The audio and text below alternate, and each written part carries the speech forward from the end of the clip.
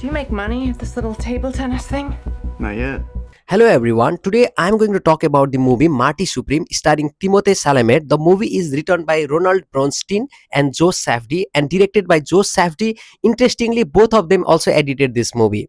Just a day before watching Marty Supreme, I watched the Safdie brothers movie Uncut Gems, which was long overdue and had been on my watch list.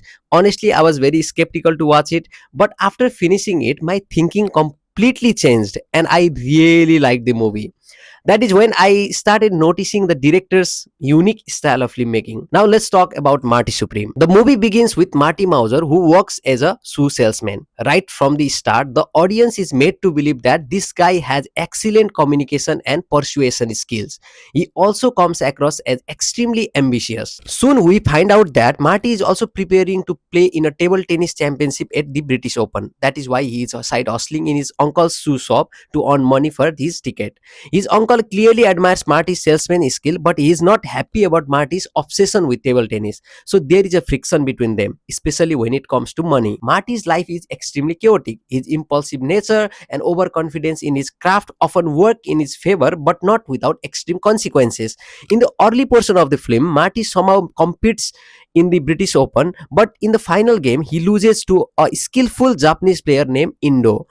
At this point, the arc becomes clear. The next World Championship is happening in Japan and Marty needs to go there. But once again, he has no money. And the story becomes about one major question. How will Marty Mauser manage to get to Japan? At first, this might seem like a typical sports movie, but it is actually much more than that. This film is about chaos, ambition, and the relentless pursuit of dreams. Many times, Marty Mauser comes across as an unlikable character, but what makes him magnetic is his absolute confidence in his own skill.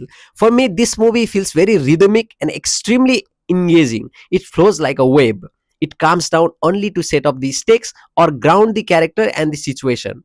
And then, with perfect timing, it rises again. This flow and the way the film establishes characters and situation for the payoff shows how skillful the writing is. Every character and every scene feels important. Everything comes full circle. But the most interesting part is that you can never predict how the previously established details will return. And that is the beauty of the writing. That is also why the movie never feels manipulative. When the final face-off happens between Marty Mauser and Endo, the tension becomes incredible. At one point, I was genuinely thinking, is Marty playing for the game? Is he playing for ambition? Or is he playing for money? And what makes it even better is that even if he plays for the game, it is still not guaranteed that he will win. And even if he wins, the outcome might not be favorable for him. For me, that was a peak cinema moment and also peak writing. I think this movie is a perfect example of a director working at his highest level. It is extremely confident filmmaking, and this kind of filmmaking can only come from absolute love for cinema and years of experience in making movies and short movies. The editing of the movie is the cherry on top. And finally, Timothée Chalamet completely channels the energy of the character. He maintains that intensity throughout the entire movie with such confidence that it deserves praise. Overall, I give this movie 5 out of 5 stars.